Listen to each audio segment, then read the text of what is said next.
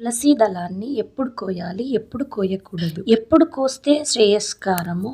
ఎప్పుడు కోస్తే శ్రేయస్కరము కాదు అనేది మనం ఈ వీడియోలో తెలుసుకుందాము. తులసి దళాన్ని మార్నింగ్ అంటే ఉదయం 6 గంటల నుండి అంటే సూర్యాస్తమయం జరిగిన తర్వాత నుండి 10 గంటల మధ్యలో తులసి దళాన్ని కోయడం అనేది చాలా శ్రేయస్కరమైన విషయం. అలాగే తులసి దళాన్ని కోసేటప్పుడు మనము అమ్మ ఈ దళాన్ని నేను శ్రీమన్నారాయణుడికి అర్పించడానికి కోస్తున్నానమ్మా అని చెప్పుకొని కోయడం వలన చాలా మంచి జరుగుతుంది. అలాగే ఏ మంత్రము ఏ శ్లోకము అవసరమే లేదు. ఇలా మనసులో భావించుకుంటే సరిపోతుంది. అదే తులసి అమ్మకి చాలా ఇష్టమైన మాట అన్నమాట.